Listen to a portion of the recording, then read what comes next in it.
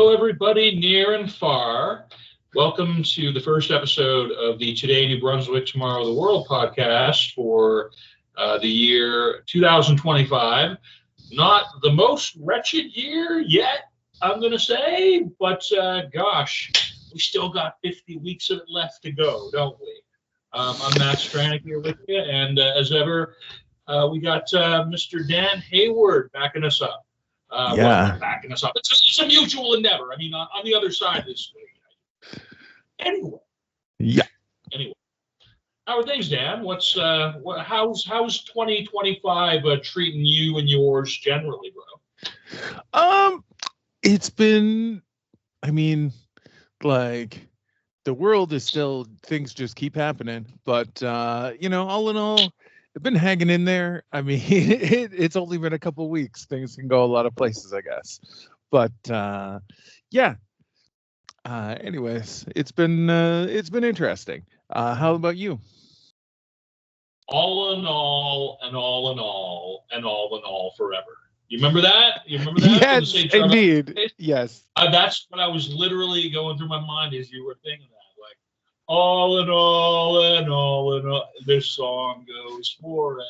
It's peak Fredericton indie rock / punk of a certain vintage. You got to know. I associate that with St. Charbel's pretty strongly. Got to be honest. Yeah, man. My professional work environment has, been heating up a new semester. I'm having a perfect semester so far, but boy, oh boy, the last term is still, it was a vortex. I went into a vortex of evaluation and marking, and then I got spat out for 2 weeks. And then some of the vortex from the last, semester was like, we're still back. We're still in your inbox. But happily, blessedly, I think, nothing's ever done until it's done, but I think I'm finally off you get fall semester. And so engaging with the 2025 winter term proper, which I'm quite grateful to be up to do here. These circumstances, these surroundings behind me are sort of, I'm not in the Arabian desert at the moment, although I have been known to do so at earlier points in my career. And when you sort of suggested, Dan, that we have kind of a part two to the kind of best of kind of 2024, we're kind of doing a rest of 2024, as it were. So we kind of had the best of, and I think we got the rest of. We got the odds and stuff. And one thing that kind of, for me, over the holiday period, I found just some old thumb drives that I've been just kind of traveling around with over the years, and I found something to the order of like 13,000, 1 3 with then 3 zeros after it, images and videos between roughly 2005 up until 2018 or something like that. So it's just this huge trove of just digital images, and among them some images from the 6.5 years I spent in Qatar. Odds and sods and miscellany being the order of the day. So thanks for the opportunity to bring a little Doha into the situation here, Dan. Appreciate it as always. What else what was like your impetus? You just thought like we didn't have quite enough of it last time? There were a couple things that I wanted to mention that I just didn't get around to, that instead of trying to tack them onto any kind of notes, I was like, you know what? Let's talk about them. And also there was a couple things, that weren't necessarily music that I really enjoyed from last year that I wanted to bring up as well, just to kind of bring in, some odds and ends. And like I said, there was just, it felt like a lot happened music-wise in 2024. So it's hard to kind of all stick it into one show sometimes. Like, absolutely. Even if it's things that were kind of, yeah, sorry. Oh, sorry, bro. I was just going to say, like, that is all very lit. And I was just going to ask sort of what was like the first entity, musical or otherwise, that kind of entered your thing here for this, my friend? For this, well, one of the things I just wanted to mention of like albums from last year that I really enjoyed that I didn't get a chance to was Amyl and the Sniffers' new on Cartoon Darkness. I don't know. She's great. They're great. I know. I just said she because the female, singer, right? But is she like Amyl? Is she like, it's her name's Amy. There we go. And, I know like Amyl. Yeah, yeah, the amyl nitrate reference or whatever. But yeah, they're it's her and the rest of the band, right? Is that kind of how it operates? Yeah. Kind of what I thought. They're good. They're an awesome, energetic young band. They are. And like one of the things I thought was cool was this new album. I feel like they had a lot of like they're I feel like just from what I've absorbed of the band, they're really schooled in like Australian rock.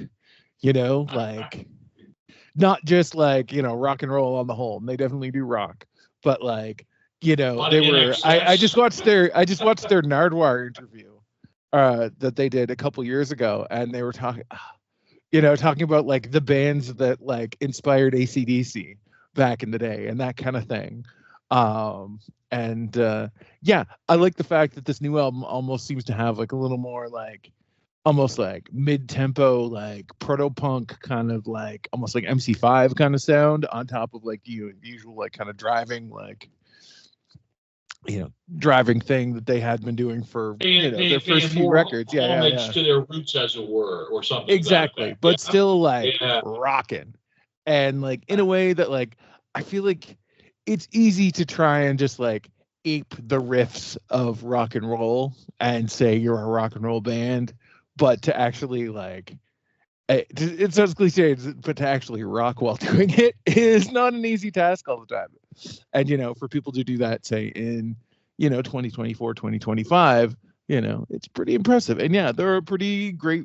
Like I said, I've enjoyed their previous couple releases, and this new on Cartoon Darkness has just really been another thing that's been in pretty regular rotation for me that I wanted to make sure to throw on the list here. And that's awesome. It hadn't made it on any other shows, which there were plenty of things that I really enjoyed this year that we had talked about previously, and I tried not to put too many of them on there. But like I said, a lot of stuff came out in 2024, so yeah, a lot of volume and for sure. And I didn't mean to put in there, but I mean that's like a really solid choice because like when I see just images of them kind of crossing my Facebook or whatnot, I'm like, they're pretty bad. I mean, they're going for it, Yeah. And the fact that they're like in actual international touring, like they play the American festivals. I mean, they travel around. They make a point of leaving where they are in order to reach the wider audience. And I mean, again, just like the having the cultural and business backing to do that kind of speaks to how popular they must be, in their home country to even be able to get from the Southern Hemisphere to where like a lot of these rock shows in Europe and America, whatever, right, where they tend to play. I mean, I'm not following it super closely. I owned one of their records back when I used to own do it, a bunch of times. It was dope. So, well, that's a good choice, my friend. Yeah. Well, I'm kind of leaning into the other media for this and kind of just some things that kind of cross my radar. And one thing that I actually kind of really took the opportunity to get into at the very end of the thing with my, just right after I was kind of reading it at the end of the semester, and then school kind of finally wrapped up and I finished it.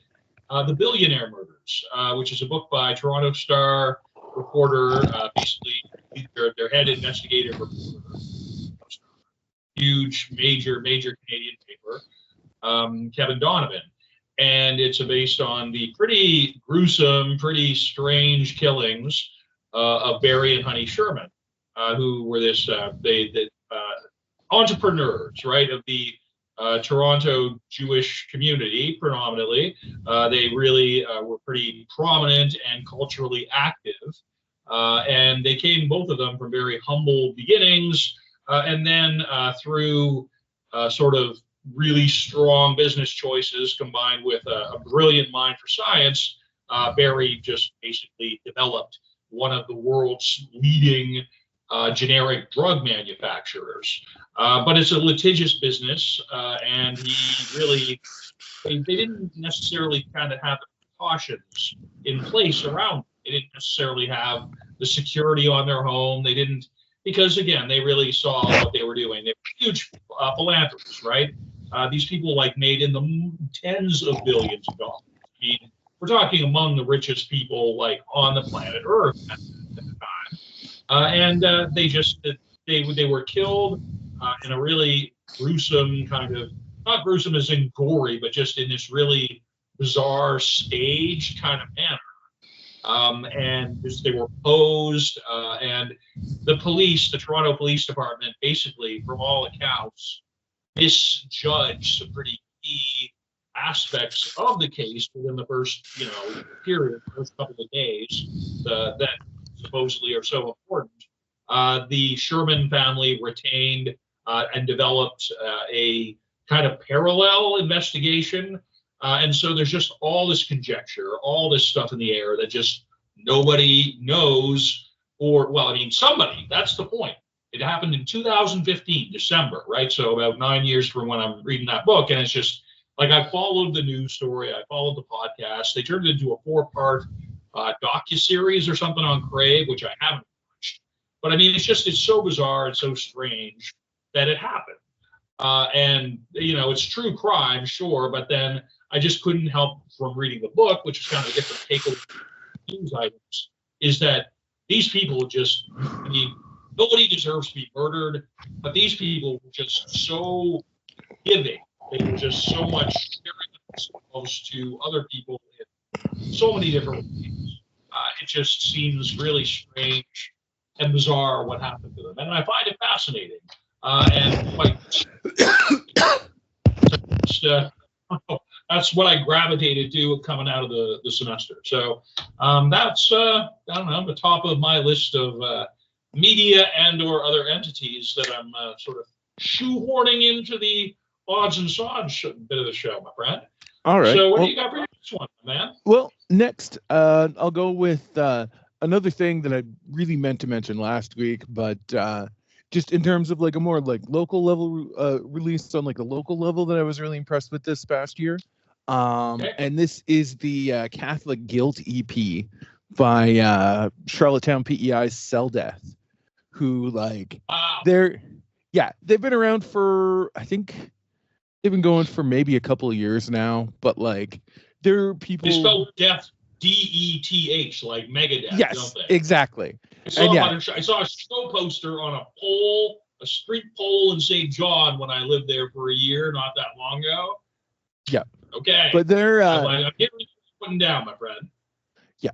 But they're like, it's just kind of like fast, angry punk rock with like folks that have been in a bunch of really other great bands in that area. Like there's a couple folks in the band Antibodies who put out a really good LP a couple years ago. And then kind of the central driving force of the band are vocalists Story Thorburn and Matt Scheidow, who are also they're a married couple. They've got like a few kids together. They like live out in the woods kind of deal and just kind of go about their lives, their punk rock lives, while also like making art and stuff. And they're kind of like, it's cool. They're kind of like the like backwoods maritime version of like Jen and Andy from Submission Hold, almost. Oh. And like, I've known Story forever. Like we played in a band called Eviction Party together for a bit in the aughts. That I quit the band after the first 3 or 4 shows, but she kept going with it for like most of the band's run. But yeah, anyways, and also she does like solo stuff as well. Like she plays like acoustic guitar and like banjo and like accordion and stuff as well, doing more kind of like solo folky stuff. But this is kind of her more like ripping hardcore outlet. And I know it's the kind of thing that like she hadn't been in a band in a while.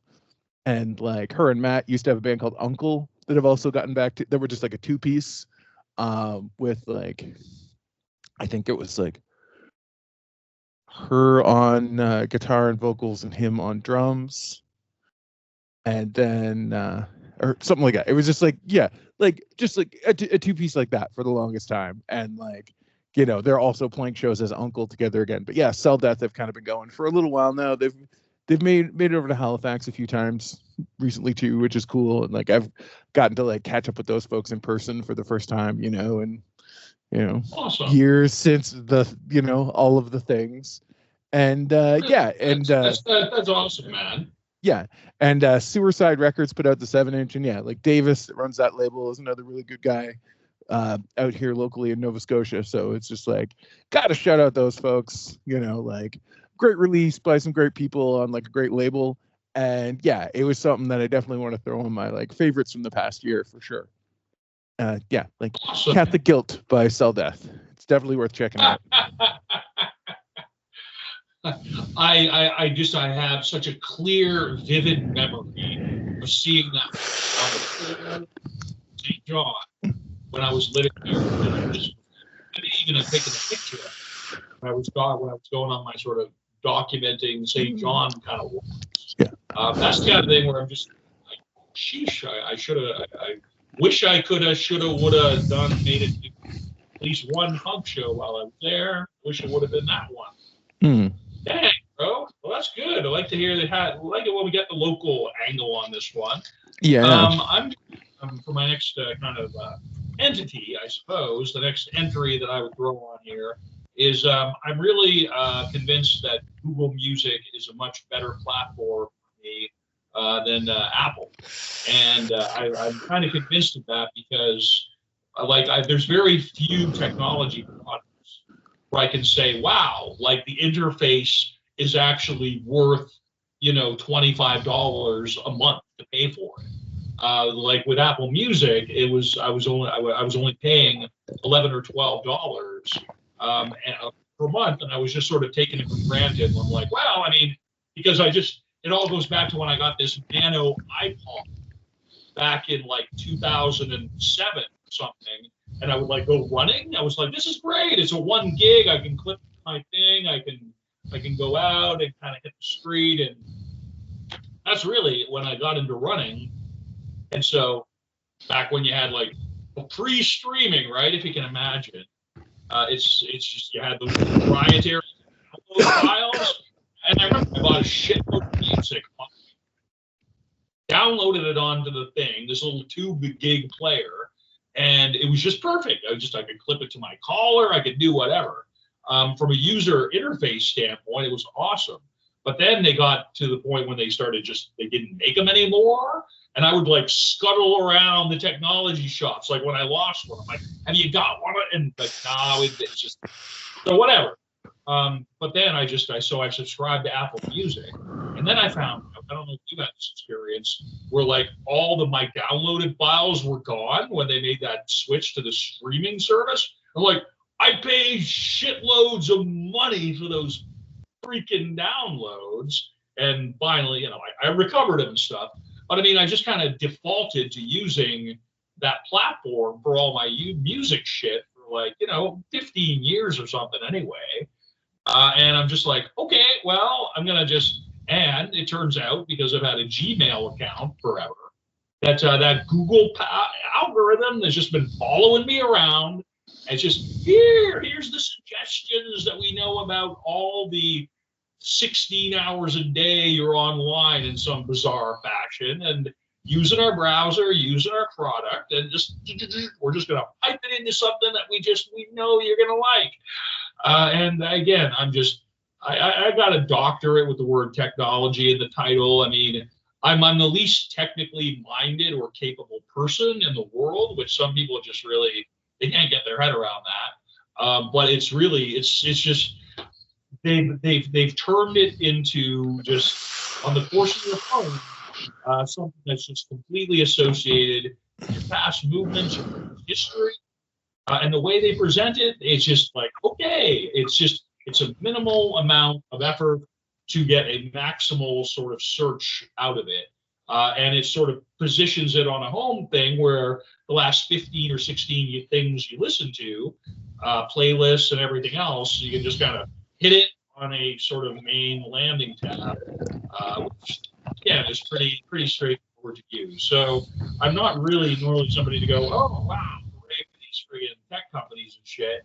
I also just did a friggin' cursory look at like what they pay their artists for streaming, and I mean streaming is just fucked for artists, and it's regrettable in so many levels. However, what the marginal fractional amount that they pay per stream is actually kind of middle of the pack compared to of the services, right? Which again is it's bullshit and it's hollowed out economy and it's fractional and whatever. But it's just like okay, it actually chisels out a tiny fractional amount of money more towards the artist than Apple does. So what the hell? Wow, I feel bizarre about that whole tirade, and yet I feel very emphatic about it. Because that's definitely something that's manifesting in how I consume and promulgate and hype music through my ridiculous, overused Instagram, with the screenshots and stuff. So, yeah, there we go. Ending out even more wedded to the algorithm than I already was. How about that? What do you got for your next one, Matt? Well, I figure I'll go with my last sort of music-related thing I'll talk about today. I got a couple of the non-music-related things I want to talk about, but that reminds me it's actually an older album that I'm not somebody that goes out and buys just anything on vinyl. Like I'm not trying to amass a collection by volume, but there's certain things that I make a point of wanting to have. That I like to have able to listen to on my own. And recently I went out and picked up an album that I've been familiar with since I was probably 13, 14 years, or I guess it came out when I was 14, and I've been a fan of since it came out, but I never actually owned a physical copy of. And it recently got pulled from streaming, so that was kind of my impetus, and that is Main Source's one full-length album, Breaking Atoms, that came out on Wild Pitch Records in 1990. And yeah, Main Source they were a hip-hop group. It was a guy from New York and two guys from Toronto, and because there were two guys from Toronto in the band, they got played a lot on Much Music when I was at the time, and those CanCon requirements for the broadcast. Exactly, not necessarily on their main programming blocks, but definitely on on Rap City, and I was a dedicated Rap City viewer when that show when they first started running that show on Much Music, and I was pretty young. Yeah, exactly. And yeah, they got a lot of CanCon kind of play, but they're also a pretty iconic group on their own right. And Large Professor, the New York end of the group, is a pretty well respected producer of the era too. He worked on Nas's first album a lot, or on a few tracks on Nas's first album and stuff. And actually, this album, Breaking Atoms, has a song called Live at the Barbecue that's got Nas's first ever released verse from when I think he'd just finished high school, before Illmatic or anything else of his had come out. This was his debut was as a guest rapper on this one song of the Main Source album. So that's kind of it's historical weight, kind of its main historical weight. But some of the rest of the songs, I remember it getting played to the point that my dad would make fun of it if he heard it on the TV in the living room when he walked through.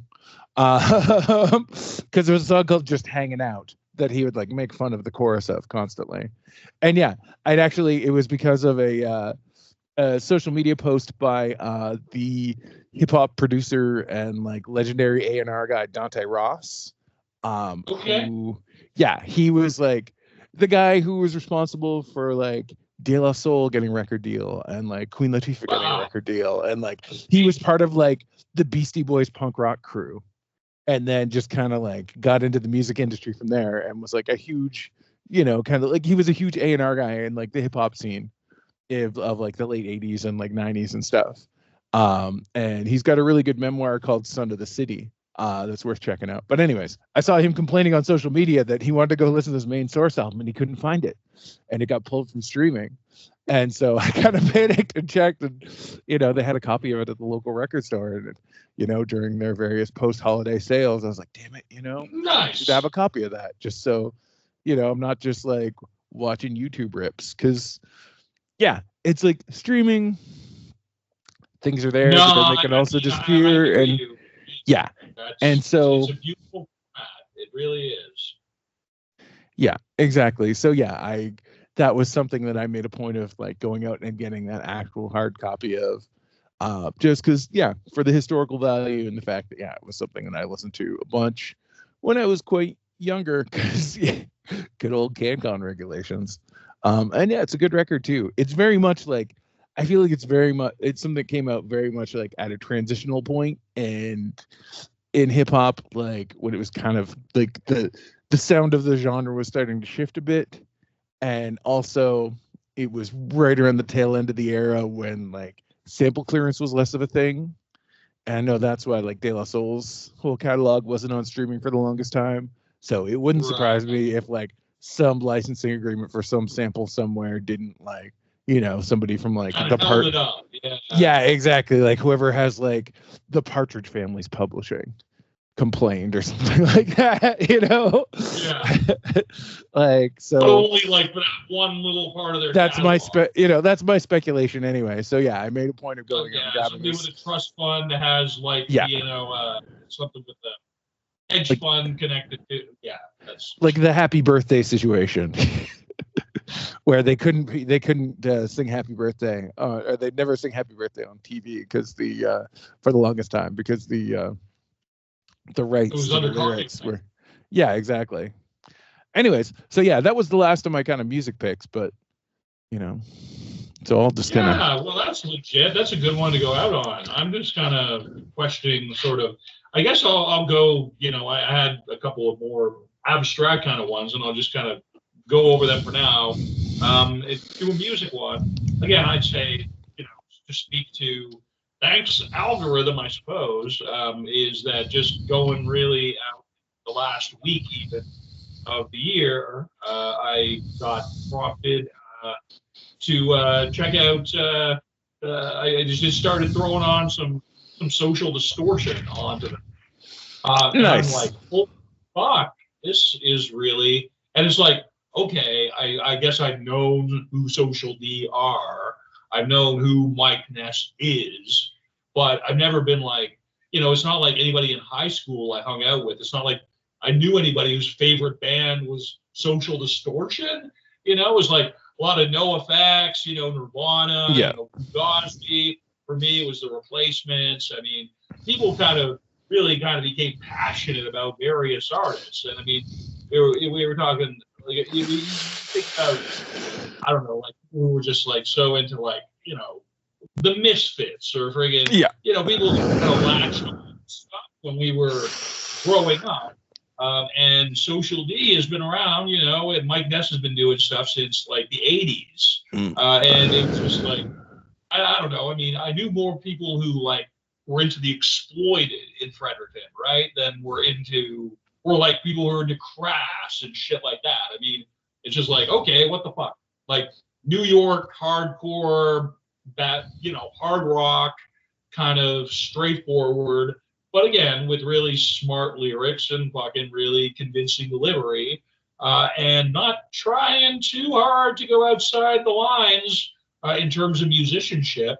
Mike Ness is just as fucking, turns out, I mean, I guess I knew this, but until you start actually listening to the shit, it's like, he's just like this fucking troubadour kind of guy. He's a really, a fucking ambassador for the lifestyle of just being a fucking super cool, fucking good looking, fucking, just bringing the people what they want to see in that format. I mean, I don't know enough about the band. I mean, I haven't even looked at their Wikipedia to know, like, if there's other elements of the band who, like, they've had 3 of the 4 same members since 1995 or something. I don't know. But every time I catch one of their recordings, like, it's just like, okay, I'm going to save the whole album, listen to the entire thing, and then just keep it for, throwing into my playlist purposes. So I guess just in terms of, I've been listening to, like, Jesse Malin. I've been listening to, I don't know, it seems like a lot of rock music I kind of got into and have been gravitating towards for the last month or two has been kind of New York City-ish for some reason or other. I don't really know, but yeah, there you go. Social Distortion, Mike Ness win. One of my more musically oriented ones, I suppose. And so now I'm curious, Dan, you got some non-musical comments. I have a couple non-musical things, but I just had one little anecdote to throw in that I actually saw Social Distortion play in the late 90s when I was living in Calgary. Because I had a friend who was a huge fan, and I had a pretty steady connection to get on the guest list at shows that the campus radio station was a sponsor of. And they were one of the sponsors of the Social Distortion show. So I got my friend Richie in. And there were two things that I remember most about the show were the fact that somebody was spitting on Mike Ness during their set. So he stopped mid-song, looked in the crowd and said, "You spitting on me. It's like me spitting on your grandmother." And then jumped into the crowd, sort of found the guy that had spit on him, punched him in the face, walked back up on stage, picked up his guitar, and just finished the rest of the set. And all before, yeah, I love it. The other thing I remember is all before their set, they had Chuck Biscuits playing drums for them at the time, who has been in, he's been in a ton of bands, and he had his own set of fans that were there just to see him.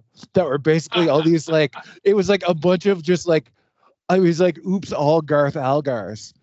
Just a bunch of just weird, kind of scraggly haired old skater dudes that were just like, "Hey man, you're Chuck Biscuits."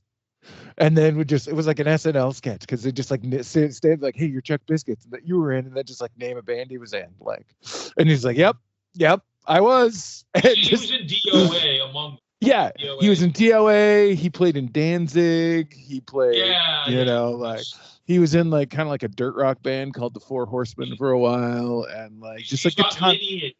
Yeah, he's done a ton of things, and he just had this whole little crew of just Garth Algar looking guys that were just amazed that he was there. A Canadian connection somehow. So, yeah. I'm sure it's a West Coast thing, but anyways, that was my little Social Distortion story. Anyway, that's a good add-on to that, man. That's dope. I'm glad to hear it. I know just the bare friggin' basics, same shit that everybody knows. But I've been following Social Distortion daily on Instagram. Have you seen the documentary Another State of Mind? Oh shit! It sounds like you should.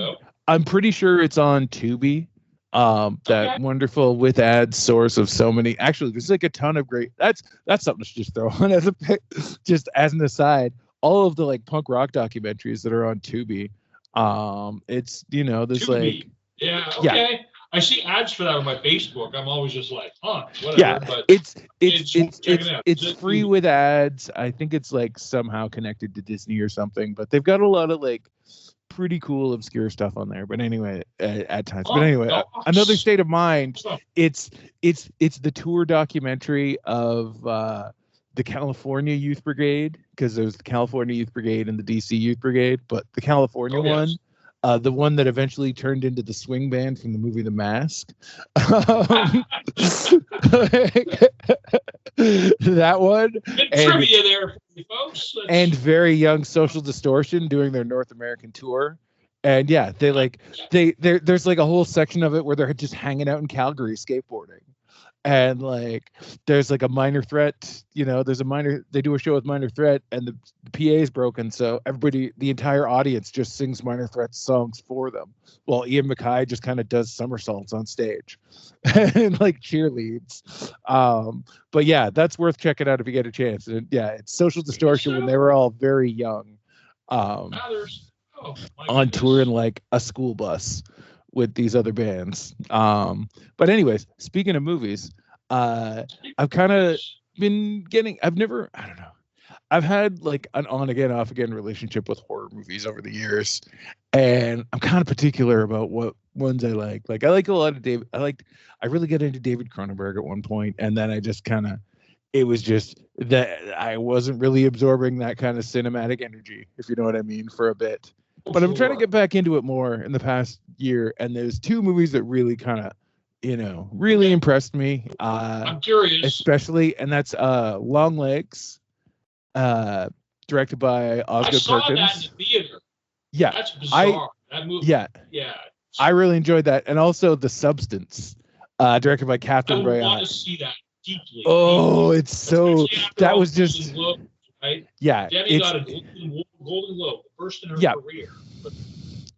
yeah, and just it's The Substance is very much. It played the I didn't see it. It played the film festival here, and I didn't see it when it played here. But I have a friend from work who's also involved with the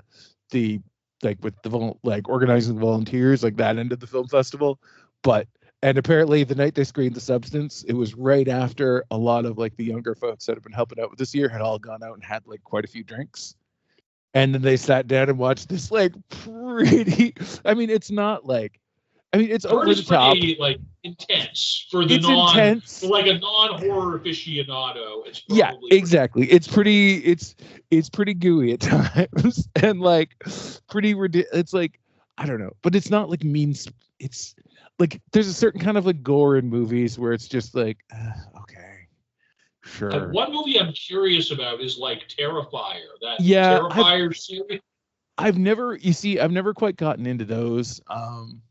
I know. You're talking about gore. You're talking about like I mean, Terrifier. And like 3, I could get into that was a late year entry that did really well last year. It did do quite. It did do quite well. That's one of the ones I just haven't quite. I just haven't quite gone there. But yeah, like The Substance is kind of like a different beast, I guess you could say.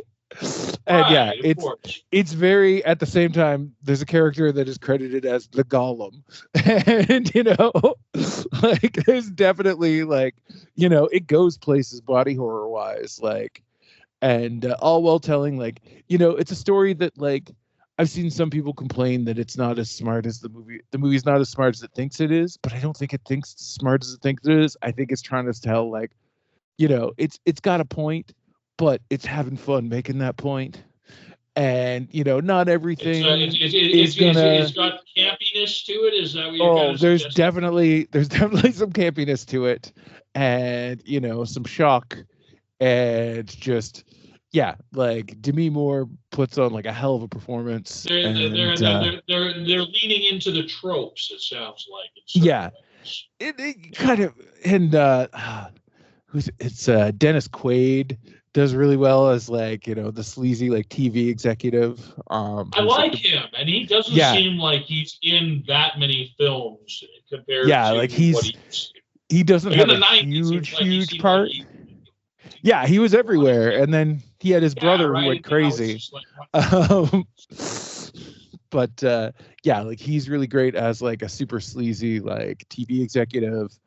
And it's cool. It's I like a bit of like genre film with like that likes to like have a message and like talk about some bigger ideas, but have some fun doing it, and sometimes be silly and stupid while also doing it. Like I love the Planet of the Apes movies, like the original like Heston Planet of the Apes movies, like that kind of thing, and like the original Star Trek. So like, but you don't mind some high concepts to go. I don't mind some high concepts and some high camp at the same time. I got it. And I thought Longlegs. I mean, you're a fan of wrestling, right? So exactly. And I was gonna say I thought Longlegs was really cool too, in that like. It's and people. You get Nicolas Cage always does something with every role. I saw that in the theater with my kids. Wow! When I visited. I remember talking about it. I think we talked about like I mentioned it even on the show. I'm like, I told my kids to see like a bunch of movies, like 9. I was there for 2 weeks in Kamloops. And saw that film in the theater among like the 9 or 10 films we watched together in that kind of period. And I mean the jail scene with Nicolas Cage. I'm like, kids, you don't know this, but this is the most Nicolas Cage shit in the world. Even just like the way that he delivered his like the like when he would like sing his lines, like the not once, not twice. Yes. Like it's just. And it's always something. He does it. He knows what to do. And like even just things like like you can have movies with like that's it. Like you get stuff like Terrifier movies and stuff where it's just like gore and like a lot of like that kind of It's got its extreme, like, language, right? the grand Cinematic. guignol kind of stuff. I guess is that like theater of the extreme, and then you get like this where it's just like messing with your head, and also like Hey, that one of the things they did something in that movie that's like the kind of image that always just like ooh, gets me is just like lingering shots on like one of like the dolls just with like oh yes. the semi-transparent sheet over it and just like sitting on that for a while, like those kind of shots. And like Osgood Perkins, the director, it's the son of Anthony Perkins. I did not do that. Yeah, and yeah, but he's actually, he's made some other, he's made a few movies. He did another one called The Black Coat's Daughter, that was pretty good a few years ago. That also had Kiernan Shipka, who had that very brief and memorable spot in Long Legs, as well as the girl in the mental hospital with the very like, Flannery O'Connor Southern accent, like. But yeah, like just like I just I just wanted to like as far, and also sort of as a non horror movie, but another one from the past year that I really enjoyed and just rewatched recently was Furiosa as well. Still haven't seen that. It's been on my list forever. It just got so I haven't somehow managed to stream it yet. Yeah. I know it's probably rad. I know it didn't get the audience in the theater that it deserved. It's too bad because like it's definitely a movie to be appreciated. That's one of the things I love about George Miller's movies. It's like like especially like his past few movies. Like I think I went to go see Fury Road in the theater like 5 times or something like that. I saw Fury Road. Yeah, I think it was during a stretch of my life where I was like had a lot of free time and was like newly divorced and just like going to the movies a lot. And yeah, I saw Fury Road like 5 times and it just like impressed me every time. So, and like Furiosa doesn't quite, it's not as at that level, but it's still, it's still pretty damn good. And like, it's a cool story, as far as your like prequels go, like it's a pretty cool story. Anya Taylor-Joy does really good. Playing the younger version of Charlize Theron's character from Fury Road, and fucking holy shit, what's his name? The guy who plays Thor in the Marvel movies, Chris Hemsworth. Oh my god, like that guy, like this is. I have a whole new like appreciation and respect for that guy after his role in.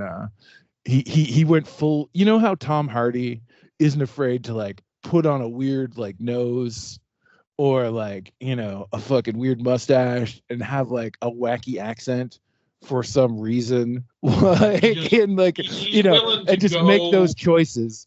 Like this is like like because Chris Hemsworth gets to, I think it's the first time he's been able to just like be Australian and like Australian as fuck as this like biker gang leader Lord Dementus, who like he's got like a big he's got like a big kind of like they make his nose much bigger for the character, and like he has like a crazy beard that's like dyed bright red sometimes, and like carries like a little teddy bear on a chain around his neck, and like just it's like he's completely over the top, but at the same time like puts like a ton of like there's an emotional depth to his character, for this crazy fucking biker gang leader, who who travels the wasteland trying to like take over the like resource production settlements and that kind of thing. But like it's just, and I love like it's like George Miller's like especially the last couple of Mad Max movies have been like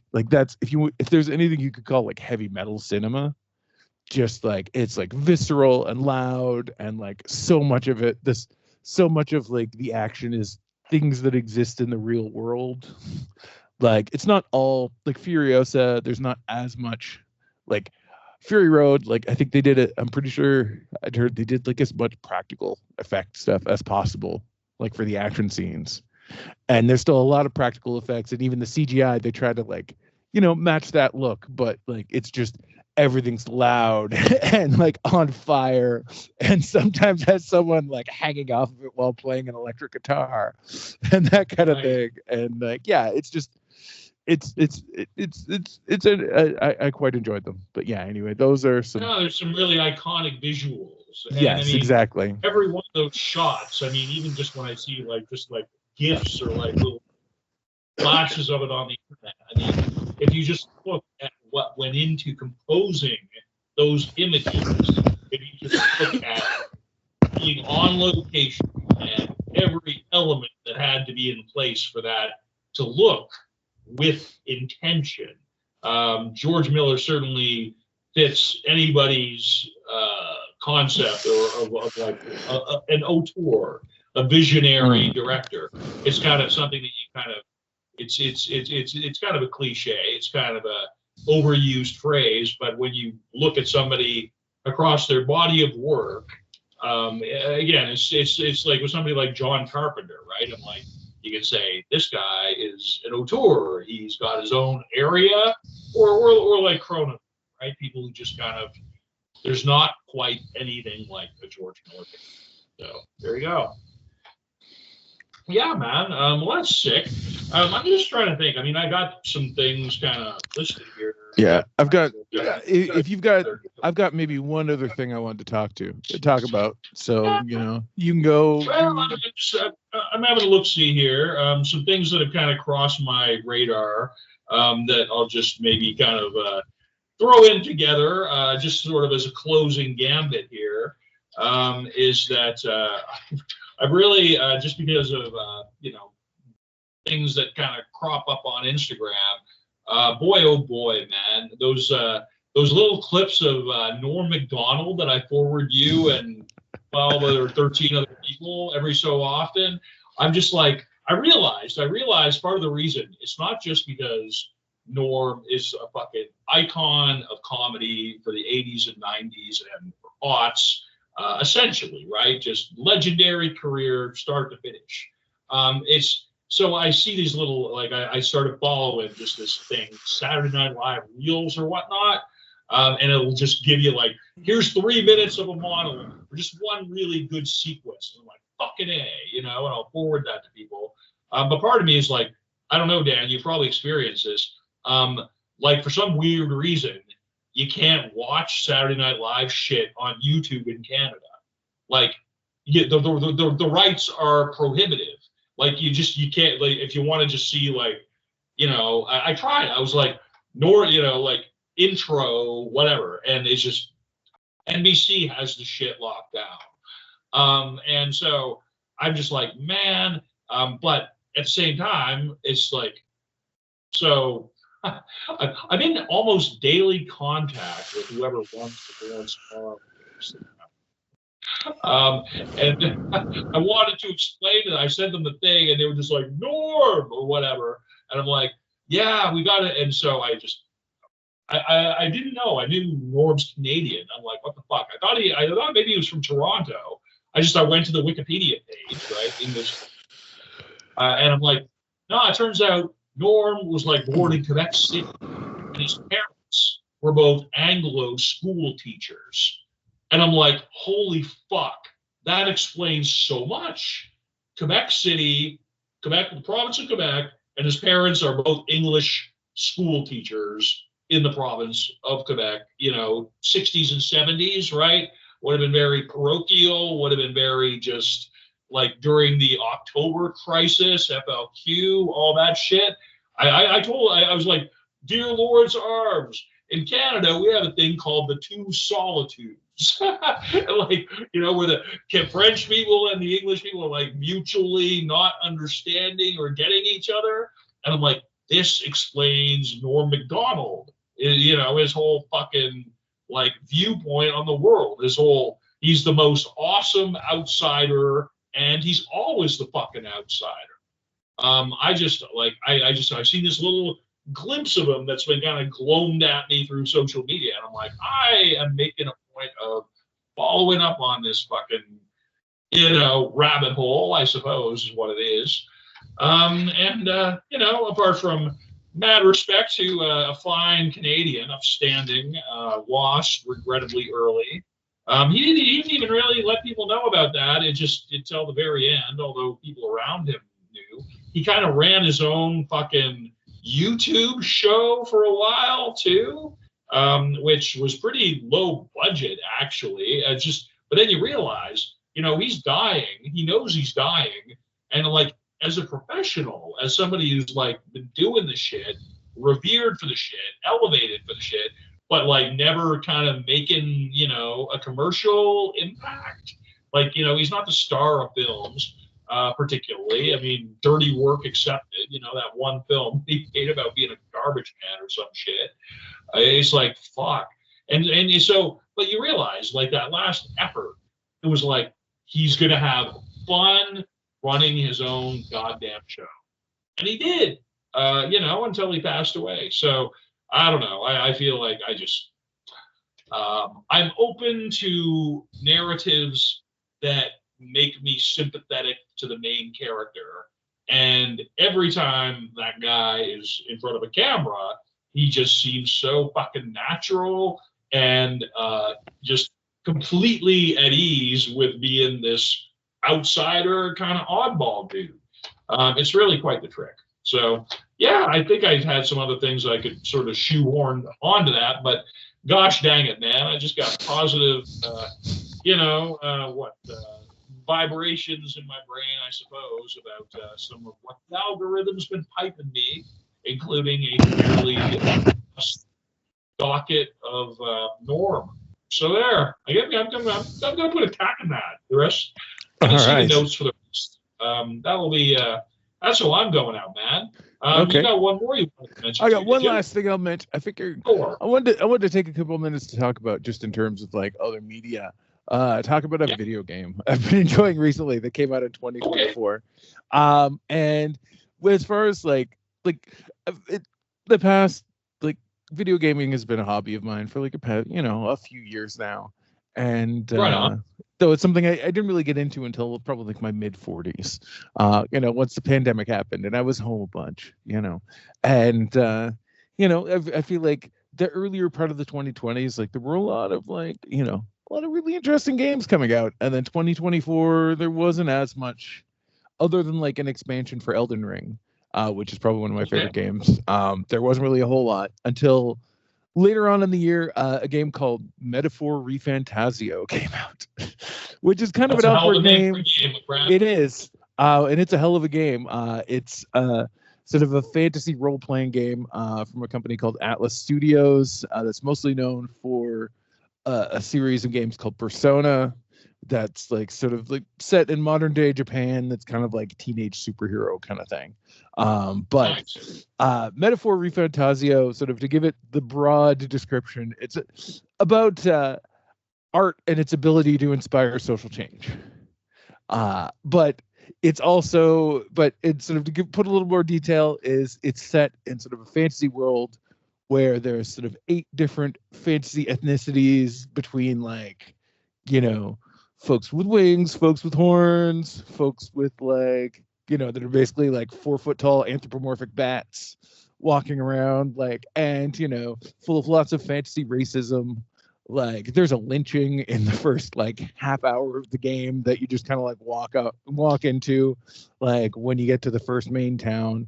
And sort of you play a character who is, at the start, they're going to avenge the king that was recently murdered. And then when they attempt to do so, get interrupted by the ghost of the king, who says, "Oh no, we're going to do this fair. We're going to take, the person who's going to be the ruler is the one who gets the support of the people." And then the rest of the game's narrative is sort of a bunch of sort of fantastical adventures that are all involved in gaining the favor of the people, of the kingdom, through a variety of different means, whether you're going to, fight some monster in an old ruin somewhere, or just sitting and listening to someone talk about their island community that gets a lot of discrimination.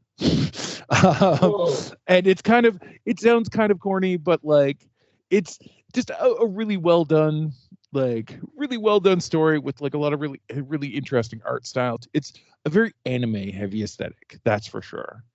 And to the point of like there are like sort of story cut scenes that are literally, it's just like you're watching an animated film for 5-10 minutes and then it goes back to the game. And then it's like very much sort of like, like a kind of a lighter fantasy aesthetic, but the story, there's a lot of meat to that story. And one of the driving forces is like when the main character ends up with like a fantasy novel that's basically just a description of like a modern utopian society. That's like, the equivalent of somebody like, reading like a Game of Thrones here, or, something like that, or Lord of the Rings. Like it's that alien to them that like, and, this fantasy novel that they've gotten hold of is sort of one of the things that they're using as a guiding force to like try to get the people of this kingdom on their side so they can do it the right way rather than just trying to overthrow be yet another person who tries to just like take power by force or whatever. And like I said, it's a little corny and it is a video game, and but I've been enjoying it, and it's definitely, as far as like releases of last year, it's the one that impressed me the most. Just sort of the way that it synthesizes sort of, just game mechanics and like kind of an interesting story, and like taking like, a certain kind of aesthetic, but turning it to like, oh no, what if what if these people were actually horrible? And you had to sort of try to figure out a better way while running around in your like spaceship with chicken legs or whatever. Anyways, I'll leave it there. Well, that's awesome. So, man. And I mean, honestly, the way you kind of put it, I know people kind of have this sense that they almost got to apologize for enjoying those narratives.